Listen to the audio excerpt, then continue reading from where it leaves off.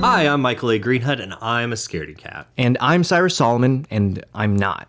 And this is Scaredy Cat Film Club, where we watch scary movies and we talk about them. Just so you know who we are, for the very first episode, I'm an actor, a writer, a producer, filmmaker, a multidisciplinary artist. I've been in dozens of films and movies, most of which you've probably never heard of. And I love horror movies. I also own a business with my wife where we sell spooky, cute things like this shirt. Like that. He's wearing it right now. And I am a filmmaker and writer, and I have not watched a lot of scary movies. In fact, I've probably watched less than 10 scary movies in my entire life. But I am mostly ready to take the plunge. And today... Yeah, and today we're going to be starting with the classic John Carpenter's Halloween. Thought that was a good starting off point for my horror film education. Let's talk. What do you know about this movie? All right, so I know that it is considered like the blueprint for slasher horror movies. It wasn't necessarily the first slasher, but a lot of other slashers like Nightmare on Elm Street and Chucky, Child's Play, and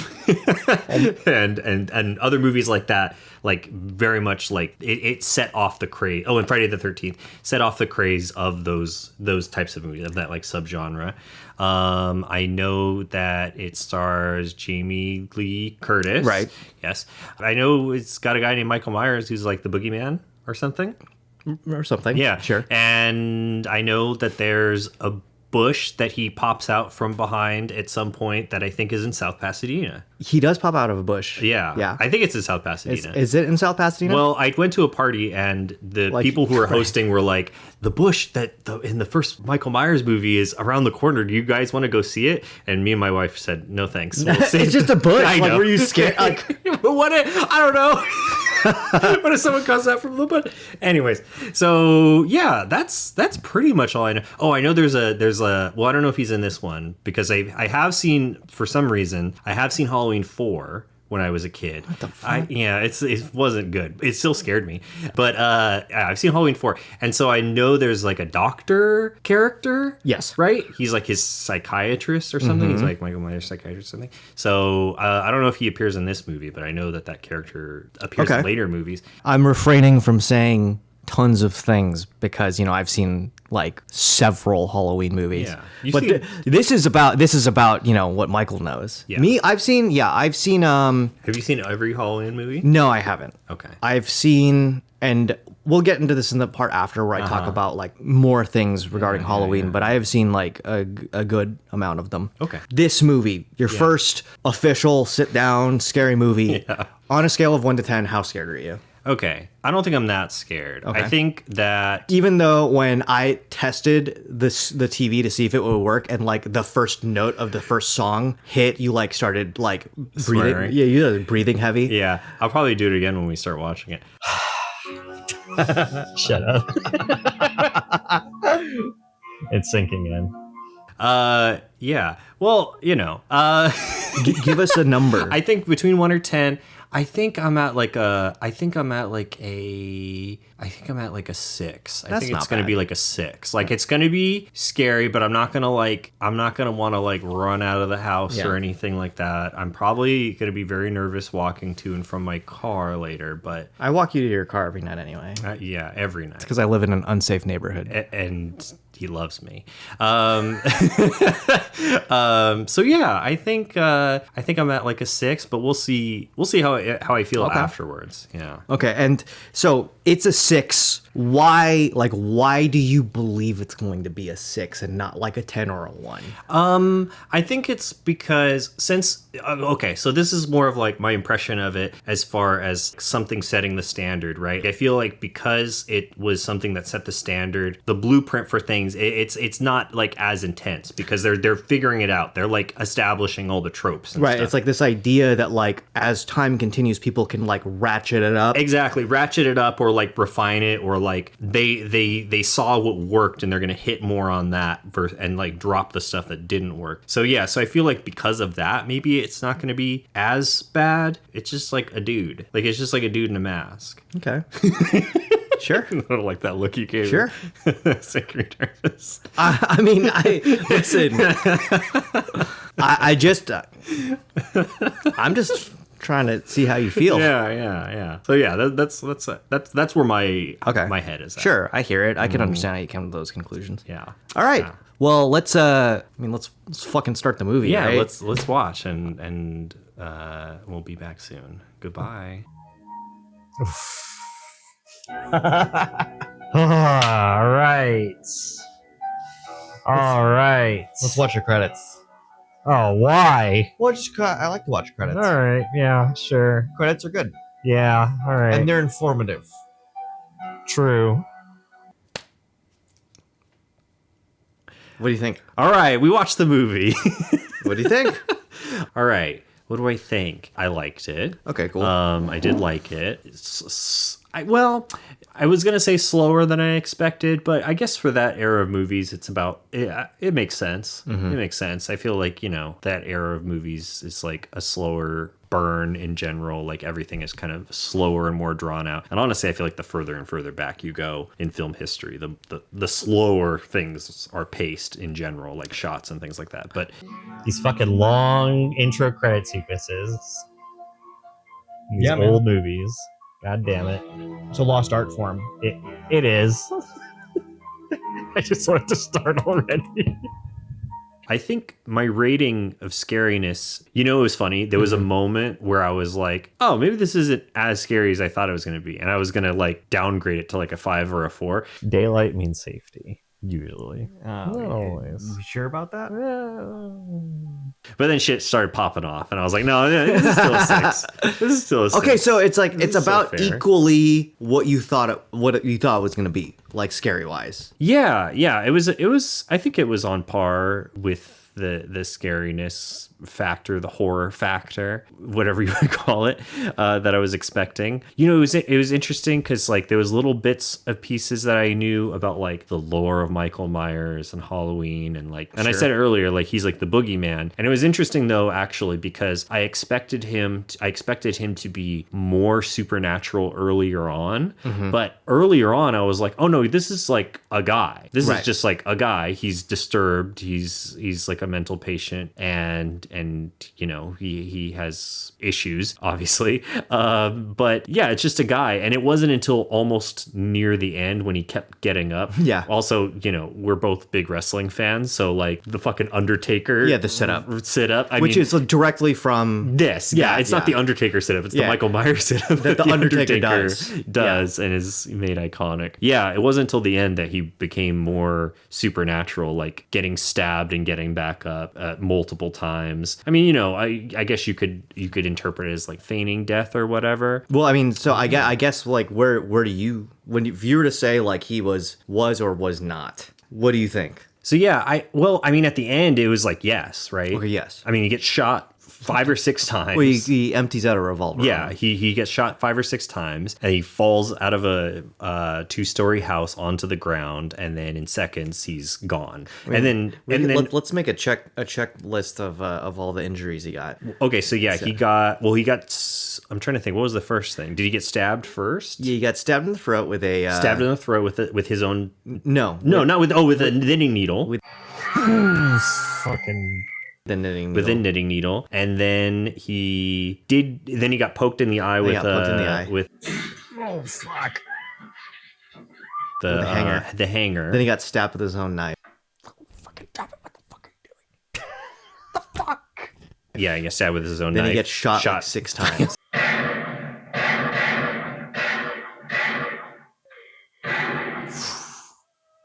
6 times, and then falls out a window. Falls out a window off a balcony. Yeah, so that's pretty. I mean, I don't think impossible. I'd survive it. I mean, 50 Cent famously. Yeah, I know.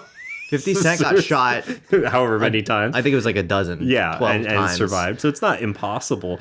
But yeah, I mean, what really sells it? I mean, maybe it raises the question: is 50 Cent supernatural? That's true. Is 50 Cent Michael Myers? No, Is he he's the not boogeyman? Michael Myers. Well, Michael Myers takes off his mask. He's not 50 Cent. True. You see him. Yeah, you do see him. You do see him. You see his briefly. face. He's a normal man missing an eye now. Right. Yeah. Yeah. So you know he's not 50 Cent. Right. We know he's not 50 Cent. So really the question is 50 Cent a supernatural guy? yeah, is 50 Cent a supernatural being? Yeah. I mean, it's a good question. He kind of acts like it. You think so? I mean, I kind of keep up with 50 Cent. Is he just like acting now? Well, he's not even acting No, now. He was acting. he's trolling now. I mean, he acts like he's invincible. Okay. So my feeling is maybe he is. Because he says whatever the hell he wants to anybody. Yeah. So he just walks away. He sits up and he walks away. Yeah, right, sure. I think the thing that really, I mean, I guess it was just like a really good dramatic effect. Oh, but the way the movie ended with he disappears and then she's like he's the boogeyman. Is he the boogeyman or whatever Yeah. she says? And then the doctor like basically like confirms it, which Yeah. I'm like, geez, man, like this poor girl's traumatized and Right. you're just like, yeah, you should be scared. You should I mean, be fucked up. he knows. He has the history. I know, but he's like, known Michael for 15 years. come on, bedside manner, and then the breathing starts. Yeah, no, I think and just the different shots of like he could be here, he could be here, he could be anywhere, he's everywhere. Yeah. And I mean, that's really, I think, I really like how it ends just because I feel like the movie kind of sets up this thing. I mean, so first of all, like I'll go back and you say this thing about the movie being slower than you expected or whatever. Dude, the first on-screen kill is like an hour into the movie. Yeah. Well, technically, the first on-screen kill is very early because it's him as a child. Yeah, it's him as a Yeah. child. But the next on-screen kill is an hour after that. Right, yeah, Sure. yeah, So yeah. I stand corrected. The second on-screen kill Yeah. is like an hour in. They kind of do this thing where they set up he's a bit everywhere. Yeah, well, he's a bit everywhere, but it's all feels mostly practical. Yeah, like because he's like getting like a around in guy. the car. Oh, you better shut the fuck up. He's a guy who's And just he's kind of walking like around. stalking around, Yeah. driving around, but it's this feeling of like, where is he? Yes. He's everywhere. Then when the movie ends, He's like literally. Yeah, it's this kind of like He's like a force of nature this now. exactly. It's this feeling that I think is like very cool where it ends and it's not just he's still alive. He's forever changed this town. Yeah, totally. It's like now there's no going back. Because Yeah. like this is what Loomis was saying. It's like he's like death is coming. Yeah. And then there's the Don't Fear the Reaper by Blue Oyster Cult Dude, playing. the fucking shot when Lori goes into the house and then she opens the door and then she sees what's her name, Annie, her friend. Yeah. The first one that got killed on the bed, and then the tombstone is Yeah. there, and I was like, Oh my Jesus fucking Christ. oh my Jesus Christ! Yeah. Like that's so fucking. Oh my god! Like what an image. I know. Fuck me, man. It's good. There's some of my favorite images in this. I mean, I'll just go back then forward. And my back is that the breathing and the shots kind of feel like there's this like looming, like this will never go away. Yeah, and the music too. Yeah, and I like that. I think those- that's. Yeah. I mean, it's some good bad feeling stuff. But so if we're talking about like images, yeah, obviously the payoff to like that's where it's like so much has happened you almost forget that like he stole his mom's gravestone. Yeah. Is it mom or is it sister? Sister, right? Shit. Because the parents come home, right? What? Because like in the beginning. Oh yeah, but this is so many years later. I can't remember if Judith is his sister or his mom. Anyways, It makes. I mean, I guess. I don't know Sister. the answer, but I would imagine it's his sister, just because that's yeah, because it's the one he kills. Yeah. We could find out if we go backwards and look at the dates. But anyways, Sure. it has been so long you forget that he steals the gravestone. Yeah. Very good. And then it's like, oh, that's what he was gonna do with it. Yeah. But that imagery, him in the ghost sheet, Oh, and the laundry. Oh no, the goat. Yes. Yeah. which is like just this iconic, like it seems like it So could be unsettling. playful, but it's Yeah. different. It's an interesting thing to like think about the character's psychology in terms of, you could argue it, I guess, a couple different ways. He's doing it to get closer to her. But then again, like, it's not like she's already in the room. It's not like she can get out once he's at the door. She's toast. So, but yeah, it's like this like weird playfulness, which I guess makes sense if he still has like the mind of a child in a way, like Arrested Development, like, you know what I mean? Like because you know, he kills his sister when he's a child, and then he's in a mental asylum for the rest of his life until this point. Is he still like maintaining this like weird childlike behavior of like playing like this is almost like a game to him? Yeah, that was another thing. Just it's bouncing all over the place, but to go back to the very beginning, the very first scene. Well, first of all, it's funny because, you know, I'm assuming this is the movie that kind of established the trope of promiscuous teens getting killed or whatever, right?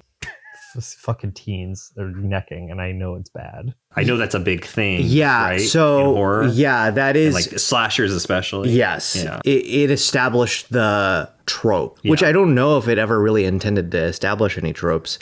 I think it's actually kind of like a flipping of giallo. Oh, okay. Right? Because like the Halloween is not the first slasher. Sure, yeah, of course. Halloween's not even the first American slasher. Right, yeah. Because like I think maybe we credit that to Texas Chainsaw Massacre.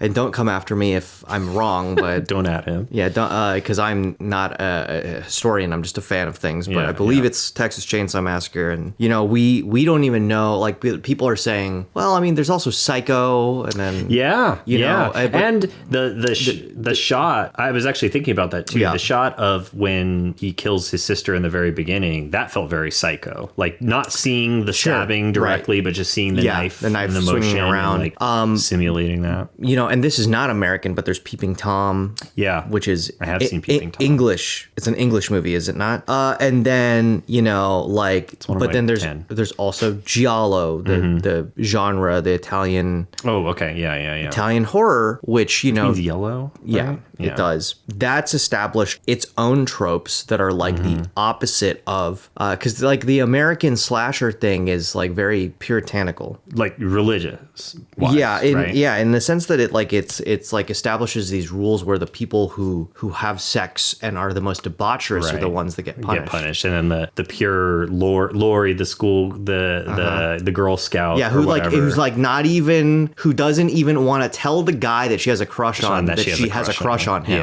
Yeah, is the one that gets to live. Yeah, and then what a life. Yeah, I know. But then in giallo. And, you know, I'm not as educated on it because I've only seen, I've seen tons of horror. I've seen like 4 or 5 giallo movies.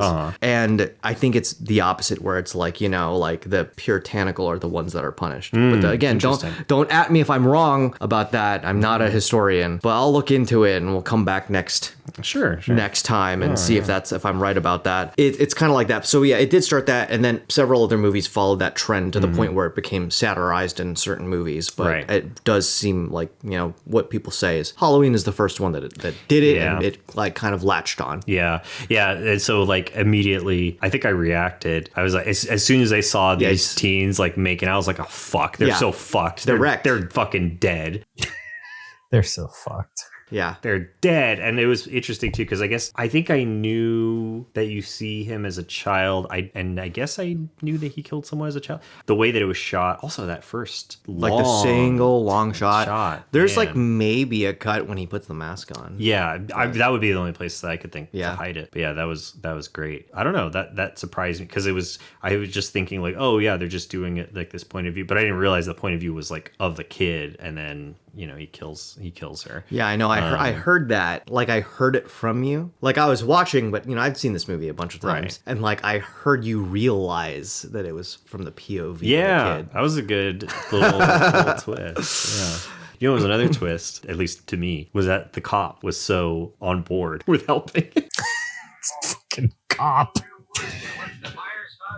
Oh, sure. Because I think in my mind, I was like, I'm so used to in movies where there's some big threat and then you tell the police are like, oh, this is serious. Let us handle it. We're the police. And then they're like fucking useless. And I guess this guy wasn't that useful either. Right. But he was helping. But at least he was trying. He was trying. And he was like, okay, yeah, like, all right, I'll try to help you. And, you know, even though he was skeptical, he was like, all right, I'll try to help. So I was like, oh, okay, interesting. Yeah, but I mean, you know, he couldn't. Still useless. He either couldn't tell that his daughter was smoking weed. How could he not smell that? Yeah, seriously. Come on, dude. What the fuck? Or didn't. Or just, I mean, maybe it's his didn't- daughter. He yeah, didn't want to. turn a blind eye. Yeah. Yeah. Oh, so he does know what getting high is. Yeah. Yeah, he knew.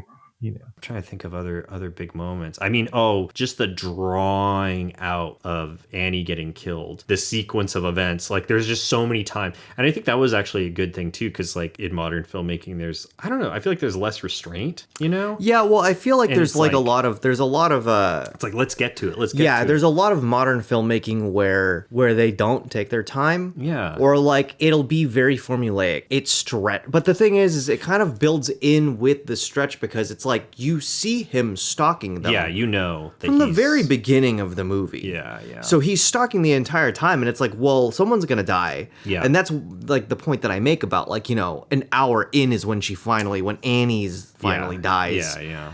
It's kind of funny because it feels like there's like a diffusion of the moment before she dies because she's like, Sorta. because what happens is she gets in the car after all the things, Well, she gets in the car, so- and then she looks at the windshield, Yeah. and she you think she's seeing something in front or maybe, but then she like wipes it. No, I and think then- I knew it was going to. Oh, it was the reflection. It was not even the reflection. So okay. So in my mind, this is what, because she goes to the car the first time. She goes, "Oh, I need my keys." She tries to open it. It doesn't open. And then she goes again, and it opens right away. And I was like, "Oh, it's on. Why is it opened? Why, she didn't use the keys. It just opened." And I was like, "Oh shit!" And then when she went in and she saw the windshield and she did this, it's because of the moisture, because Yeah. he's breathing, Right. and it's fogging the windows. Yeah. And she's like, "What the fuck?" And then of course that's when he strikes and gets her. But just the drawing, because there's just so many moments where she's so vulnerable. Yeah. And he could have easily And he has pounced, and her he didn't. getting caught in the He window. waits. None of that stuff, Waits. Yeah, really like draws it out. Yeah. Also, poor dog. I mean, multiple dogs. Multiple dogs? Because the doctor mentions that he like killed and ate a dog or something. Well, yeah. So there's obviously the dog that dies that is On screen. On screen. Yeah. But before that, you're right. When they go back to his old home, They allude. what? You don't see it. Yeah, you don't see it, allude but to. they say it. Yeah. You say it, it's communicated, and they go, Yeah. "It's a dog." And he goes, "Oh, he Yeah. got hungry." Ugh. Come on, man. I mean, Yeah. I don't know why I'm expecting more from him, but I mean, yeah. Well, you have to think like, just like, oh god. what is he going to do?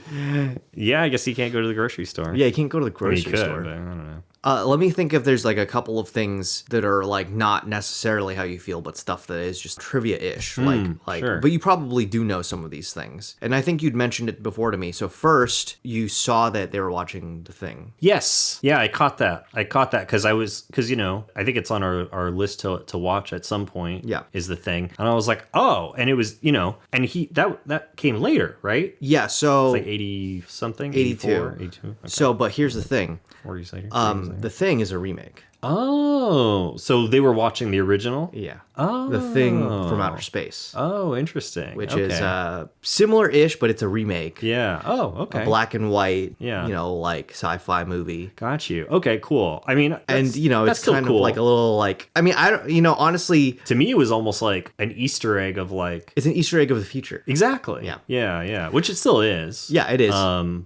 But I didn't know that I didn't know that movie's a remake. So in my mind, I was like, Wait, what? Yeah. No, so I didn't know The Thing. I didn't know that his John Carpenter's The Thing Was a remake. Is a remake Right, of an right. older movie. Yeah. So in my mind, I was thinking like it was just something he threw in there, and then later was like, oh well, what if I actually made that? Or it was an idea he already had, and then whatever. Yeah. But I guess it was just something he was a fan of, Yeah. or whatever, right? Yeah.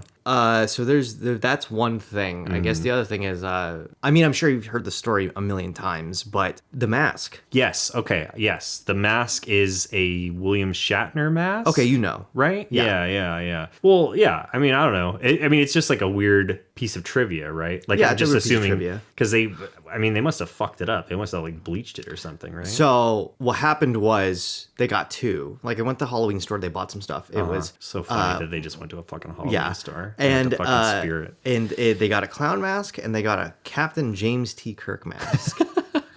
And the clown mask did look scary, but they thought it looked like a little wild, Sure. or something like that. I can't remember. But It's a little. I mean, clowns can be scary, but it's. But a they little, did have a little bit of it in the beginning. They had a little clown right because kid thing. he's when he's the kid. Yeah. And then James T. Kirk mask, they spray painted it. Spray painted it white. And then did they add hair or did it have hair? I think I really don't know. I have to imagine they added hair, right? I would imagine they just messed up the hair. Yeah. Well, it's just weird to me that because it's his real, he has hair there. the character, Kirk has right. hair. Yeah. I wonder how he felt about that, William Shatner, when if I'm assuming he found out. I bet he would want royalties. Yeah, you're right. That's exactly. I what bet his that was reaction what he would would want. be.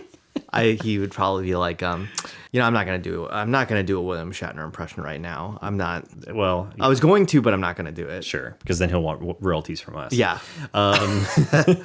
Yes, I did. I was aware of that. I did think it was interesting how they built up him getting in his iconic look, though. Like, you see the doctor's trailing him. He sees a random car off the side of the road. It's I'm assuming a mechanic. Yeah, or mechanic. something. So he takes the mechanic suit. So that's how he gets the coveralls. And then the cop Annie's father, I think. The father. Yeah. Yeah. Oh yeah, some kids. Some must have broken kids. it. A knife. Yeah, they took a mask, some rope, and a couple of knives. Oh, these kids with their. It's what the fuck? It's like in. Wait, did you watch It's Always Sunny? A little bit. Yeah, it's in Always Sunny when Dennis he's mad and he's coming back from his car and he's carrying shit out of his trunk and it's a bunch of duct tape and ropes and stuff.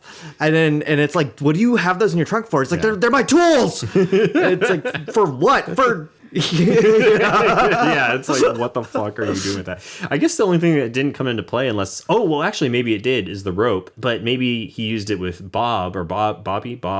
Oh, you fucking.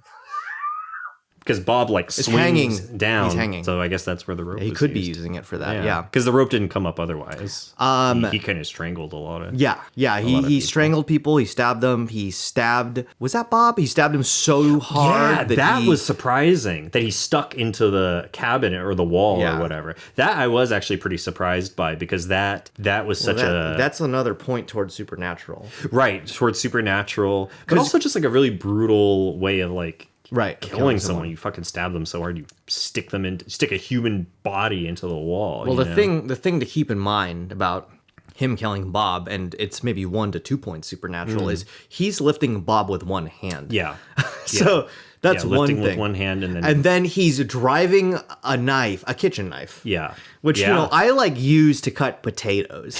That's the hardest thing I cut with that.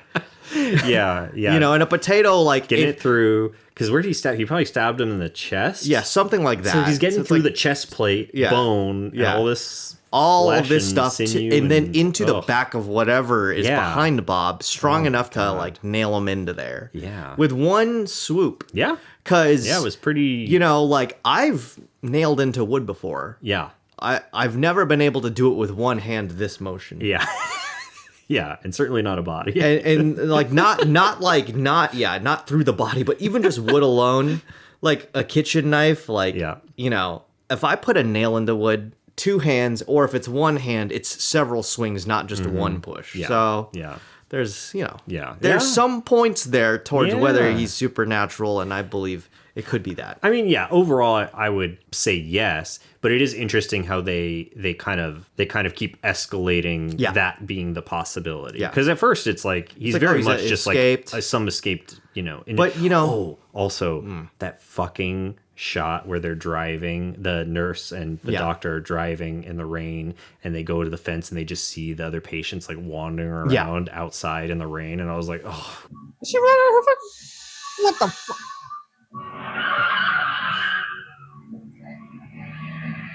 It's raining. Why is the window open? Yeah. Why would you roll it down? Why?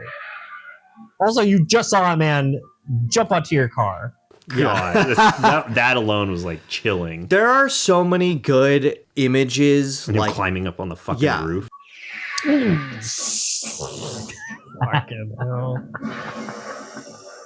There are so many good images in this movie. One of my most favorite ones, other than Ghost in Glasses, because I love Ghost in Glasses, is when Laurie finally sees him for the first time.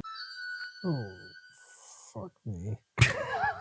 In like when they confront, not Oh, the sure. Not the bush is because the bush first is when she time. first sees him, and Like a glimpse of him. that's the bush That's the famous bush. That's that's maybe the in bush South that you Pasadena. didn't want to see. That's the bush I didn't want to see. Would you see it now? No, I would see it even less now. I Are you kidding me? I'm like, Okay, so the hedge. okay, so let me table the bush thing and go forward to the image thing. So the image thing, when she sees him and realizes he's there, Yeah. he's in that dark doorway. Yeah. And she's there, and they're both on the screen together, Yeah. and you could just barely see his face. Yes. And like they turn up a light or something so you could see it more. Right. And then they hit that that string, Yeah. cue, and it's like it's so good. Yes. Because it's like it's not this like big, like it kind of lets Yeah. you come to the feeling rather than like it Yeah. forcing it onto you. Yeah, it's not some big jump scare moment. Yeah. Where it's like, I fucking got you. Yeah.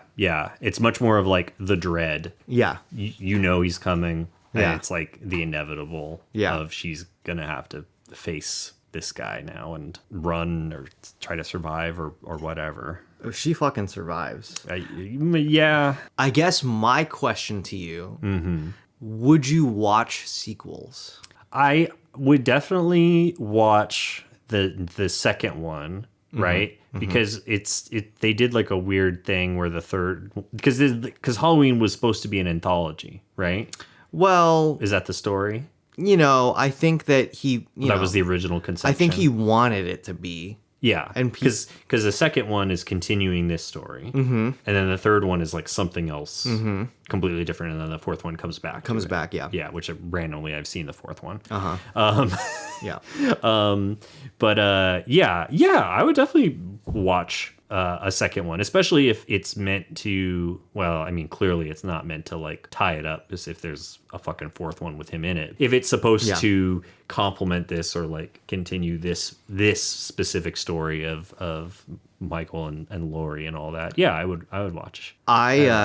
Here's like my viewing of Halloween, like what I've seen. I mean, I haven't seen all of them. I've seen 8 of them. That's a lot. And Is that in the original run before remakes and other shit started happening? let me frame this out. Yeah. I've seen 8 overall. Total, yeah. I believe that's 2/3 of how many there are. Okay. And I still have a goal to there's another finish. 4 that you haven't Yeah, seen? something like that. Like I don't really know. I do have a goal to finish all of them. But there are 3 separate canons. That's so confusing. Yeah, but it gets easier like when I explain it, right? Sure. So there's the original canon, Right, which is the beginning of 1 obviously through 7 or whatever, something, something like that. I think it's And no one counts the third one. yeah, third one right? does not fit in the canon, which I think 3 is a good movie. Oh. You're gonna find a lot of controversy Sure. amongst people, where some people are Well- like 3 fucking rules, and other people like 3 fucking sucks. I'm sure a lot of people also were just disappointed that Yeah. it didn't continue like with this. Well, it's a bit story. like the Batman Forever thing, right? Where it's like it didn't continue Returns, so like a Right. lot of people are like, well, this fucking sucks. Yeah, And it's yeah. cartoony and whatever, and then you look at it from like separate from that, and Yeah, you're like, removed. well, is it? If you don't have any like inclinations towards what Batman should be, if you don't think Batman needs to be dark, if you like Adam West or the 1960s comics or the 1950s comics, how do you feel about Batman Forever then? Do you like whatever? I mean, I'm a Joel Schumacher fan, so and I like Batman Forever. I mean, I'm not going to say it's the greatest movie that's ever been made, but I think Yeah. They're fun, they're entertaining. It's quite striking. But Yeah. anyways, my point is like 3 is kind of like it's split. I've never really found anyone who's like, oh yeah, it's just fine. It's like this fucking sucks. People or- really like it. Really yeah, hate it, or like it's not, or it's great. I think it's a good movie. I think it's cool. That being said, 1 through whatever is the original timeline. Right. Then there's the Rob Zombie ones. Sure. Do you like any of? Have you seen all of those ones? I have. And what do you think about those ones? I'm not gonna make you watch them. Okay, because the And quality is bad. I will absolutely. Or you don't like the quality. I will absolutely never make you watch them. Okay. And I say this as somebody who. This is bad filmmaking. God, people are probably gonna get. Some people are gonna get so fucking mad at me if people Everyone's watch this. gonna say everyone gets mad about it. I like Rob Zombie. As a person, as a as filmmaker, like an artist, general artist. Cool. Okay. I'm a fan of him. I like some of his music. And the thing about him he too, had a song in Jet Set Radio. it's right. It's That's a right. fucking good song. And then the other thing about him is I do like some of his movies. And I also feel like I don't think many of them are good. But that doesn't mean I don't like them. He does mostly remakes, right? No. Oh, he's done original stuff? Yeah. Oh, Well, okay. yeah, so if you're Because didn't he also do like a Texas Chainsaw? Or no? No, Texas Chainsaw was Somebody else. God, there's been like several Texas Chainsaw remakes and none of them were Rob Zombie. Okay, never mind. Yeah, there's also we are not going to go down the Texas Chainsaw like timeline. Yeah, rabbit hole. That'll go somewhere else. Right. No, he did House of a Thousand Corpses. Mm-hmm. He did The Munsters. He did Is that a horror movie? Isn't The Munsters more like it's a comedy. yeah. It's like Addams Family. Yeah. Adjacent. Yes. Or it's like predates Addams Family even, right? Addams Family was a comic in what year did the Addams Family comic come out? We're asking our producer. Yeah, our producer. Yeah, I believe Addams Family preceded the Munsters because the Munsters, yes, it's Okay. an For some old reason I thought it TV was the show, opposite. but the Addams Family was actually a comic that I think preceded the Munsters. Oh, interesting. Okay. And then it got made into a cartoon movie, Right. etc. Yeah. The Monsters first aired on television in 1964. 1964 When did the Addams Family? comic come out. Before the Addams Family. Oh, so the Addams Family came out After. Okay, that's not the point. The point Anyways, is he Rob made a Zombie Munsters. made a Monsters movie. It came out in like 2021 or 2023 or something like that. What the fuck? Damn. Yeah. The Addams Family comics were originally published in the New Yorker between 1938 That's what I was trying to say. and 1988. Okay, so the comics came first, and Yeah, then the the co- Monsters TV yes. show, and then the Addams Family Yes. TV show. Got it. Anyways. Thank you. Yes, thank Thanks you. to our producer. To our producer. So House of a Thousand Corpses, Monsters, the Halloween movies, and God, what was the other one? There's like another couple. Rainn Wilson's in like one of them. Okay. I guess before this long Tangent. my point is I mean I like him as an artist and Yeah. and I do enjoy his movies. Okay. Some of them. Sure. And I don't think I will say I believe any of them are really all that good. Okay. In my opinion. In your opinion. In my opinion, I don't believe any of them are all that good, but Yeah. that doesn't mean that I still don't like them. Did you feel that your issue we won't get too deep into it because it's not the movie we're talking about, but in your opinion, is your issue with his Halloween movies, is it filmmaking standpoint or a storytelling standpoint? Or? I believe the Halloween movies. It's in the other boat, whereas in like I don't think they're good and I don't like them. But from like a filmmaking Yeah. perspective, yeah, okay, gotcha. Yeah, and storytelling and whatever. Just all the stuff. Just anything that happened. I just wasn't for me. Yeah, just not a well constructed. I just don't think that it's a different thing. Sure. Okay. And I think that it's good that you can try to do a different thing. I think you should Sure. not try to replicate the original when you're going to remake it. what's the point? But the thing that he did is not something that I like. Gotcha.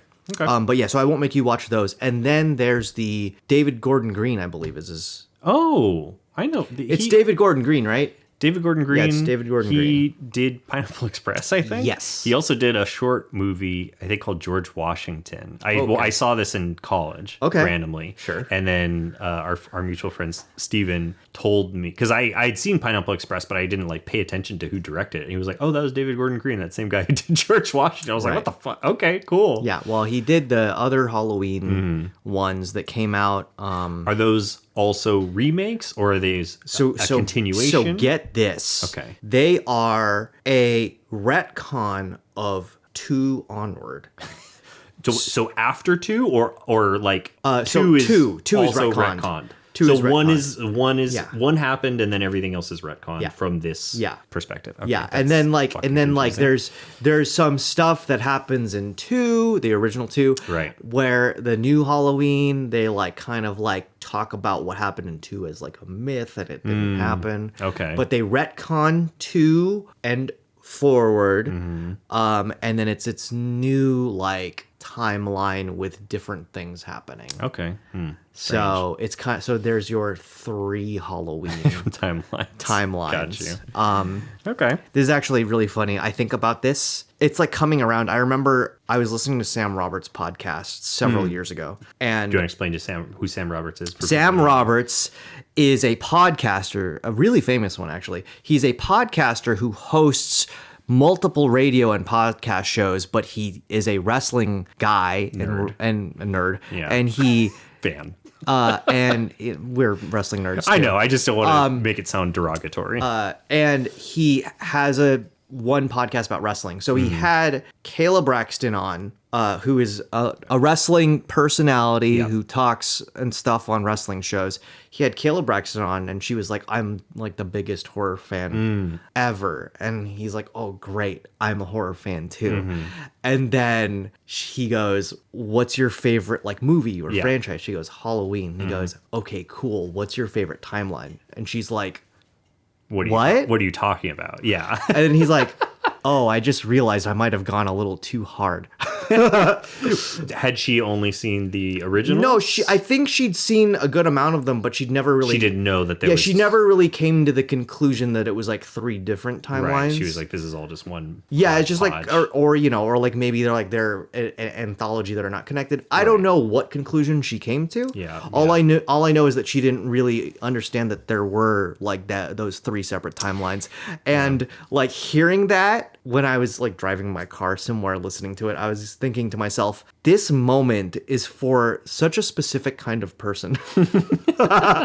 And that person's me. Yeah. Because like the wrestling fan that likes horror movies enough to know what he's talking about. Yeah, what he's talking about, the distinction. Like he doesn't have to explain it, he just has to say it, and it's like, yeah, I know what you're saying. Yeah. I'm on board. Yeah. You know, it is pretty striking that, I mean, I'm sure there are others, but that Halloween is so prolific that it has had so many, not just so many movies, remakes and reinterpretations and stuff like that. Because, I mean, obviously they've brought back plenty of franchises. Like, you know, they've done random Friday the 13th movies, or like Freddy versus Jason, and then Child's Play at a television show recently. The Chucky show fucking rules, by the way. It got canceled though, right? Did it get canceled? It might have. I don't know. Who knows? Everything's constantly changing. So sad. It's so good. Anyways, but just that's interesting that it's so prolific that it's gotten like so much life, and that it seems like, unlike Friday the 13th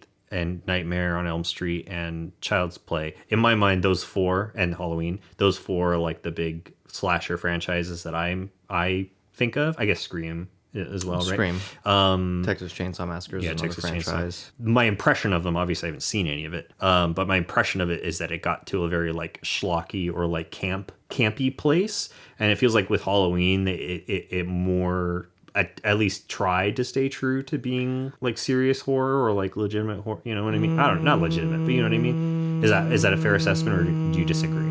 Halloween gets schlocky. Yeah, okay, as well. Yeah, but here's the thing. I guess it's just because there's no like Michael Myers versus other franchise. Here's the thing. Monster Here's the thing about, killer. and this is going to get like very philosophical about this stuff. Let's do it. Some things can start as a film that is like just meant to be, you know, like the just wants to tell the story it wants to tell, and tries to do it to the best of its abilities. But when they become a franchise, in a way, you have to try to recreate something and make it formulaic, so that you've created a brand that people want, and they want to keep coming back to it. So you have to keep giving it to them. Yeah. You know, it's something that happened in like Saw, for example, where like there's the first Saw, then there's the next 9. Yeah. And the truth of the matter is they become very formulaic. And I'm a huge Saw fan. I love the Saw movie. It probably is my favorite franchise. And I fully admit, like, I only think that like half of them are good movies. It becomes very formulaic, and it's like the first one doesn't necessarily follow that formula. Right, because it's establishing things. It's not just establishing, it's it's establishing and it's creating it's telling a story. Yeah. Well, it's not even. Yeah, right. It's not even establishing it because it's not intending to establish anything. It's it's intending to telling a establish story. the story. Right, and then Yeah, after that, and the then after iterations that, decide every pick and time choose. it comes around again, it's like, remember this. Yeah. Remember this, remember this, remember this. And that's kind of like the difference between like the first and like a franchise. Yeah. So, Halloween, I think and John Carpenter is such a wonderful filmmaker. Like he has all of these things that he does in his movies that are not trying to pound you over the head with certain stuff. He's he's just trying to like let you feel things and whatever, and be subtle about stuff. And then, these things, they change, you know. And also he didn't stick around for the entire franchise. Right. And he did the first two? Honestly, I don't even remember. Oh, I know okay. he didn't. But here's the other thing too. When it comes to, like, we were talking about the 3 timelines, I've only seen, of the original ones, I've only seen the first 3. Oh, okay. So I've seen the first 3. Including the non-Michael Myers. Yeah, the non-Michael Myers one. I've seen the first 3. I've seen the 2 Rob Zombie ones, and I've seen the 3 David Gordon Green ones. Those are controversial. Sometimes people don't like those either. I actually had a really great time with them, and I thought they were... I think the reason why people didn't like them is because it tried to do something different than be your average slasher, and I think people wanted an average slasher. We can talk about that when you watch those movies. Sure. If you ever choose, if you want to. If we get to them. But in my point of view, I actually think they're very worthwhile if you're gonna follow that. I think it brings on good discussion about, like, this character and like what he does. Yeah.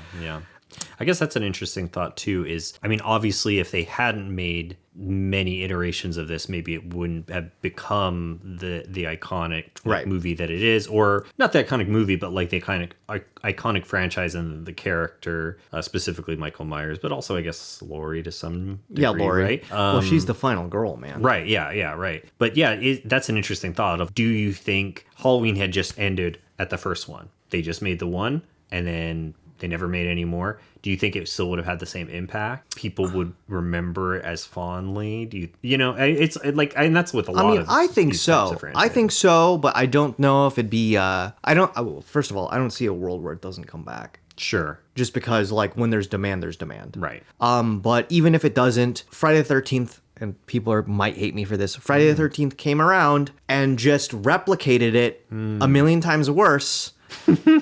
For the purpose of franchising. Right. Oh, so Friday the 13th from its inception was always meant to become a franchise? I think. Yeah. I don't really exactly know, but it feels like, if you watch them, it feels like that's the point. That was always there. The point was to copy Halloween, but cheaply, and just make a bunch of them to cash in, and not a lot of them are good. And I think that would probably upset a lot of people, but I only like number 4. Interesting. Number 4. Yeah. That's usually not. One's okay. One's long good. franchises, number 4 usually isn't the one. isn't the golden.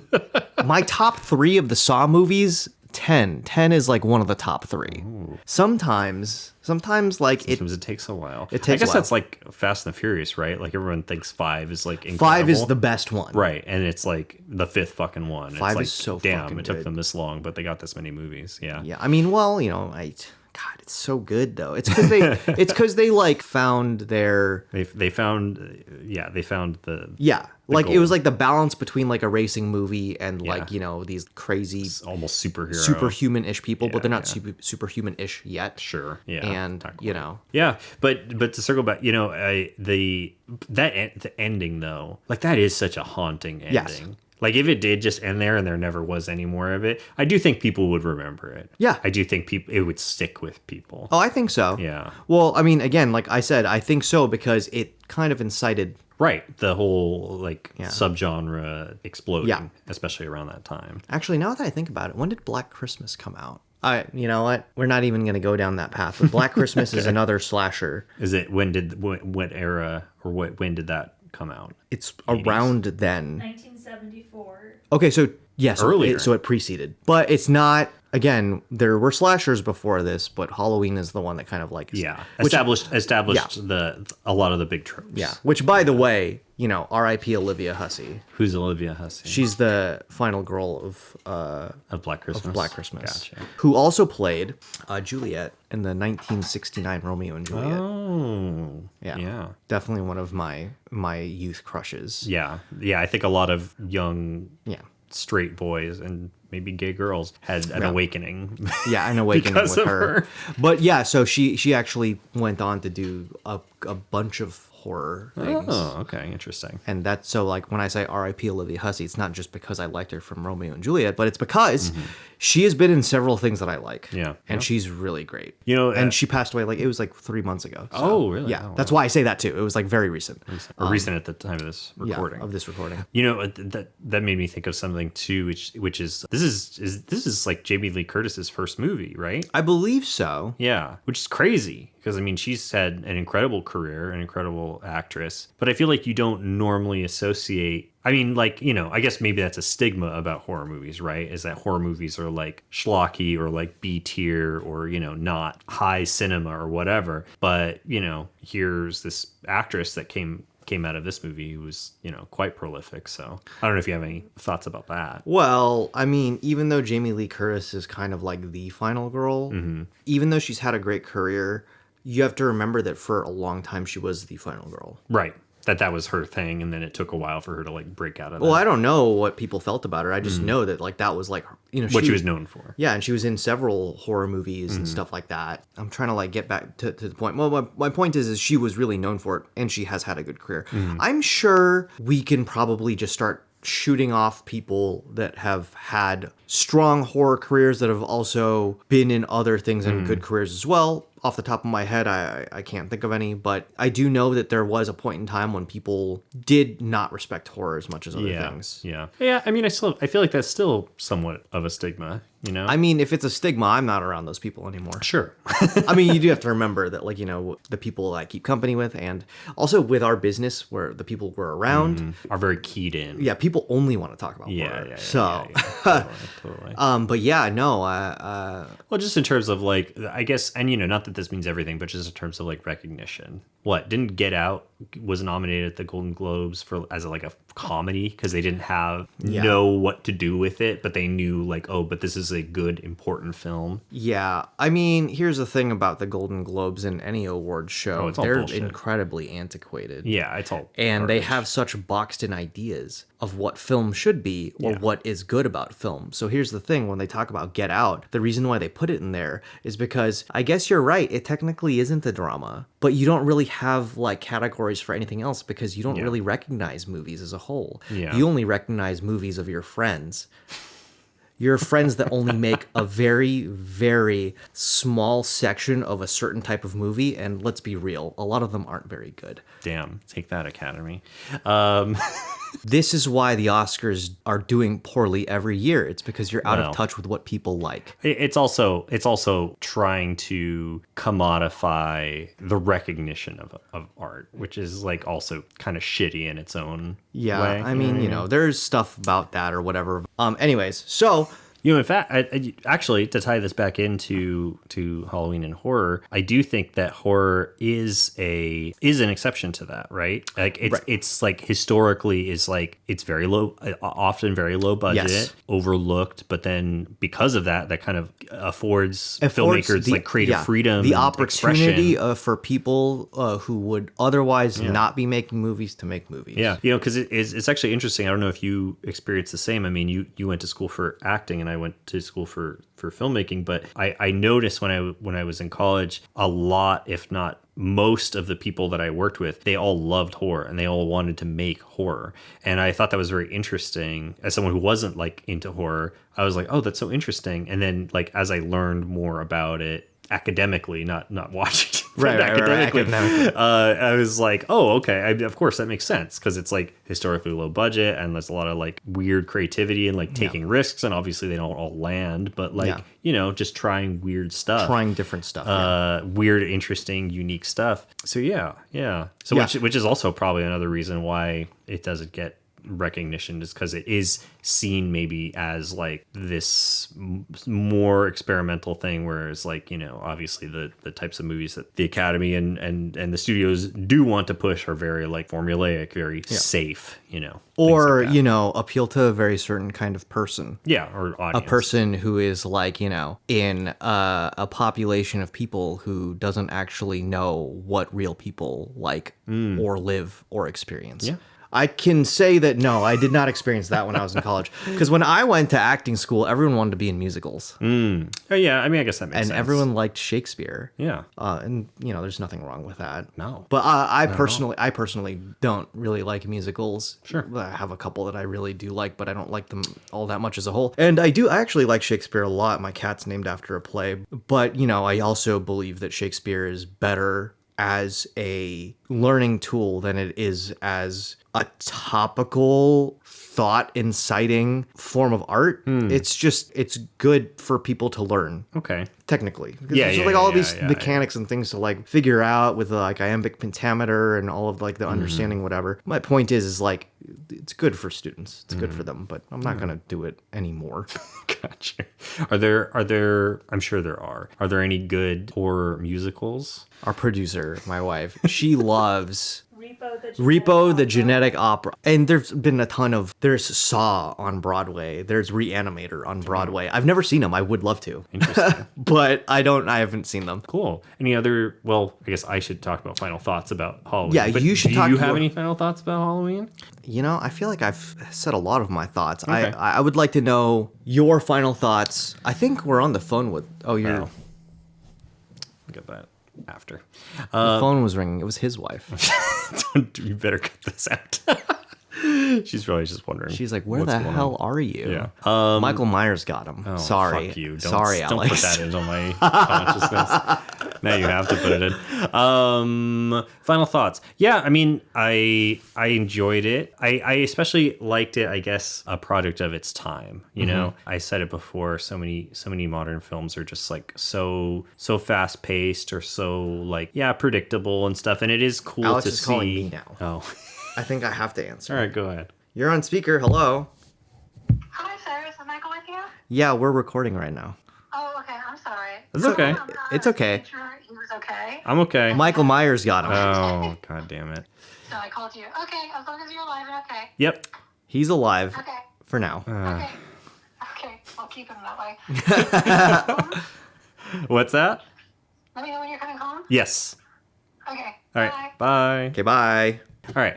My phone was not on mute. It should have That's been, okay. but whatever. All right. Well, let me take this from the top just in case we do end up wanting to cut that stuff. We should put it in. We should put it in. Yeah, probably. All right. So yeah, final thoughts about Halloween. Yeah. So I did enjoy it being like a product of its time, being a slower movie. I enjoyed the pacing of it. Yeah, I enjoyed that even though it wasn't like brutal or or like shock value. Like there was that ever-present dread. I mean, there's fucking tension, man. Throughout it. Yeah, great tension and great sense of dread throughout it. And yeah, the fucking ending is really, It's a great ending. It's really great. I mean, yeah, just the ambiguity of it, the looming threat of it, and and just leaving so much open to your imagination as far as like, well, what happened to him, what's gonna happen to her, and the fallout from all of this. So yeah, good job, John Carpenter. You did pretty. Good job, John You Carpenter. did pretty well. Yeah. Are we watching the thing? We are gonna. I think thing? we are. I think it's on our list. How many John Carpenter movies have you seen? Have you seen Escape One. from New York? You've only seen this one? I think so. Dude, he's such a good filmmaker. We could look up a list later. Dude, his music fucking Yeah, rules. no. God damn it. It's just that the music is so iconic. Dude, and this so music good. fucking rocks. This song is so good. Yeah. He's such a but like separate an iconic- separate of like composing for stuff. He just Yeah. has a rock band. Right. Yeah. And he's Yeah. great. Yeah, I was aware of that. He's so good. He's Yeah. just such a good musician. Yeah. How do you get like a good guy who makes great movies and fucking good music like in that one man. package? And he said Rob Zombie. I'm just kidding. He doesn't really. No. And on that note, that is our. Do you have a final thing? No. Thank you. Thanks for hanging out with us. Yeah, thanks for hanging out and Next watching. time we watch Nightmare on Elm Street. Is that the next one? I don't know. I think it is. All right. Well, if it's not, we'll watch that eventually. But anyways, thank you so much for watching us. I hope you didn't get too scared like I did, and we'll see you next time. Bye-bye.